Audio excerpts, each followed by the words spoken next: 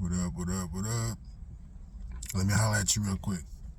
This is another one from your boy, Diversified the Brand. You know how I kick it. This one I want to ask you another question. You're going to have to think about it a little bit. You might have to even come back and holler at me. Here's the question. What's your brand? You're like, what are you talking about? I'm a person. I'm not a business. No, but you still got a brand. There's still a certain way that people see you. There's still a certain way that people characterize you. There's still a certain way that people sum you up. So you can either let other people set it and dictate it, or you can set it yourself. So what would it be? What's your brand? You some type of superhero? Are you Captain Saver? Are you the evil villain? No, like for real. So for me, I'll give you an example. For me, Gen X entrepreneur, been a business owner for the last 22 years as of this video. It's what I do, it's what I love, it's what I know. Any way that somebody can make their own money, I most definitely say pursue it, learn from it. It's fine to make money from jobs. I mean, that's fine. It's fine to work for other people. That's what most people have to do. I've done it, and I'm not saying I would never do it again if someone wants to. But when you're your own boss, when you have your own economic destiny in your hands, then it's more like a service you're providing. So if you can get to the point where you're not just locked into providing your time and your skills and your service to one source of income, that's a job. So if you ever hear me speak negatively of a job, I'm not speaking negatively of working for someone else. I'm not saying that at all. But if you hear me speak negatively of a job, what I'm saying is, I'm saying it in the context of you give your time, your labor, your skill, your talent to one source of income. Why? If you have the talent, let's say off the top of my head, let's say you have the ability to clean carpets really well. So you get hired by a janitorial company. They have different contracts, different places. They hire you. You are a part of the team that goes into various places, cleans the carpets. You're very good at it. You know different stuff, blah, blah, blah, how to fix the machines, different types of carpets. You're friendly. I mean, the whole nine. And they pay you $18.50 an hour. Depending upon where you are in the country, hell, depending upon where you are in the world,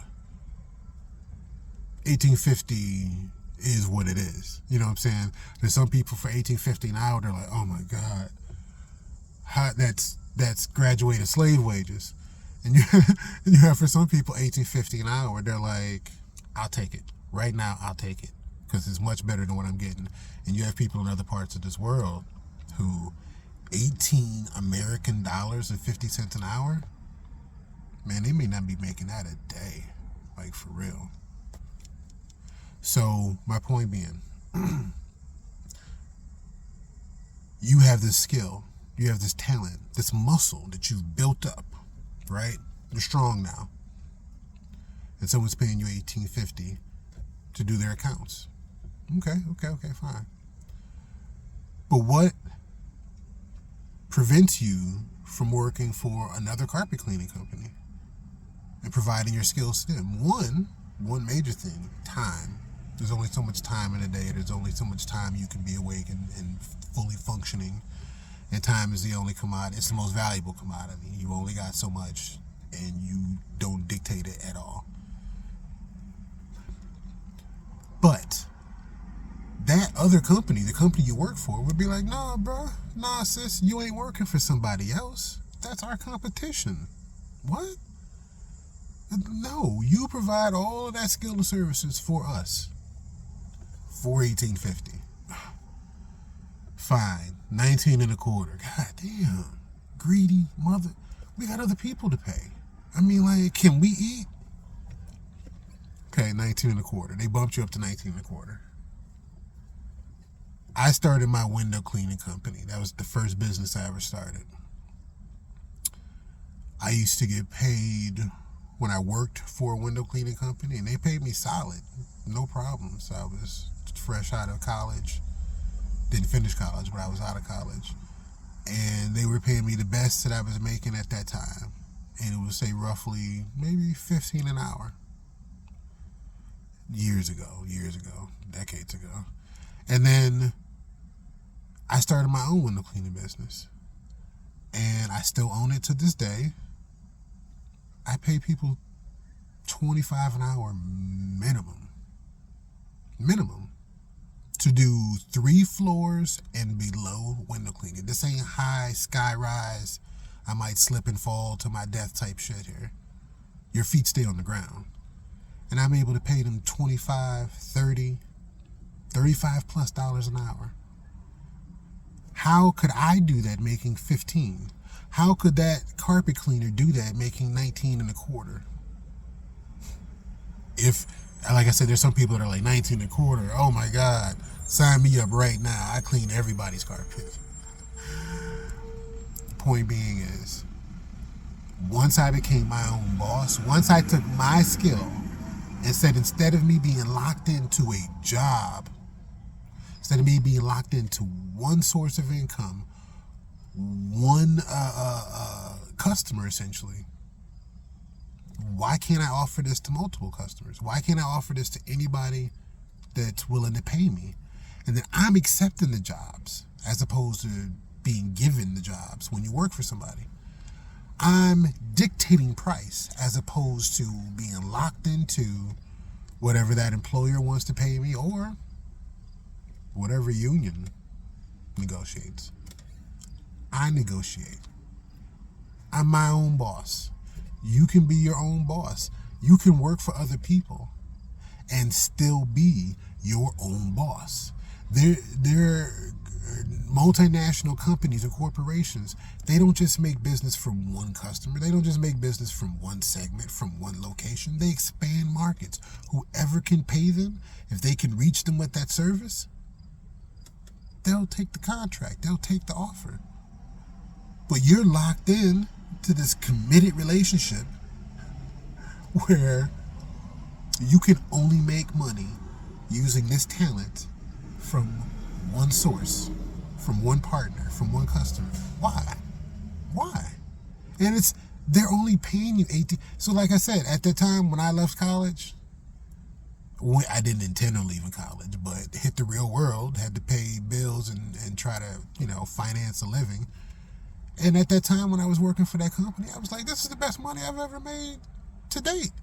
And that's what got me into that business. Just learning like, okay, how are y'all doing this? How is this going on? Let me peep this out. And then I saw, this is very doable. And I started my own company. That was 20 plus years ago.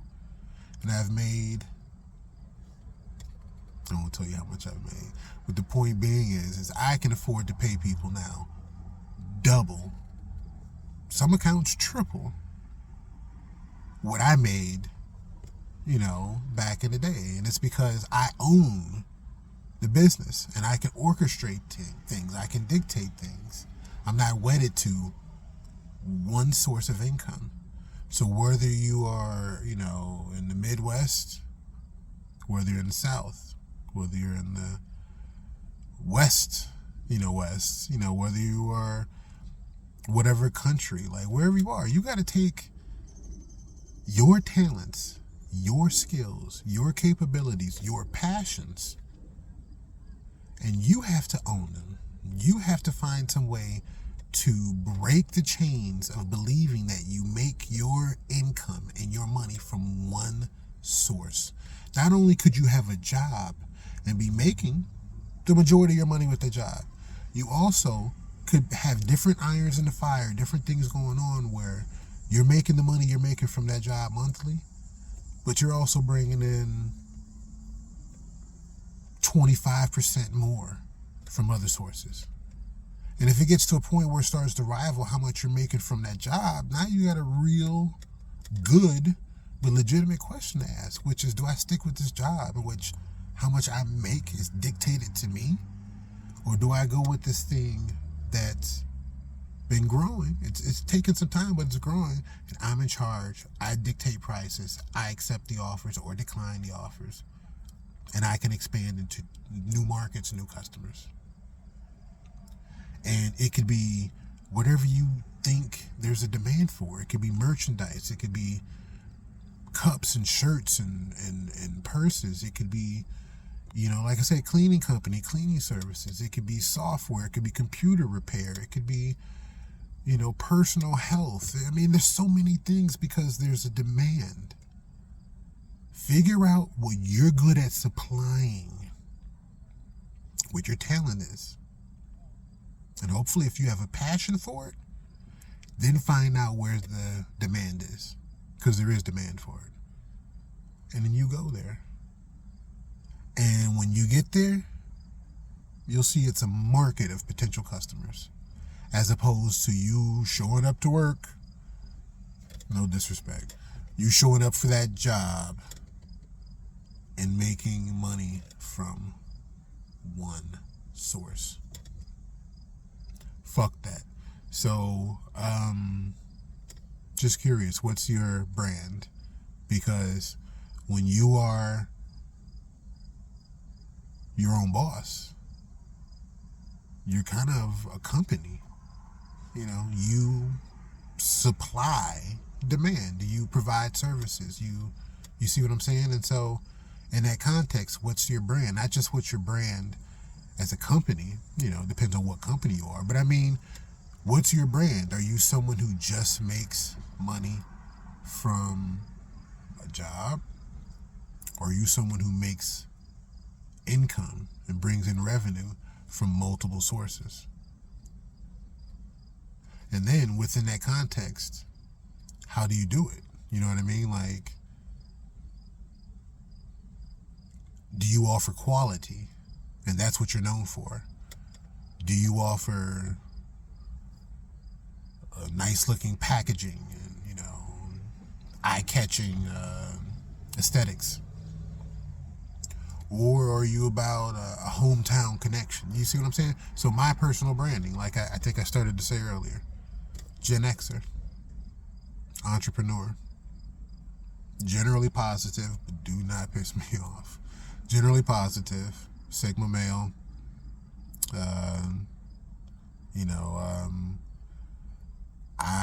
so my personal brand, Diversified the Brand, I'm all about being your own boss. I'm all about positive things. I'm all about creativity and creators, people that create things. And that's it. At some point in time, I'll release my logo and maybe come up with an official tagline, but that's my brand. I'm a Gen X entrepreneur that supports positivity and creativity and an occasional laugh. That's it.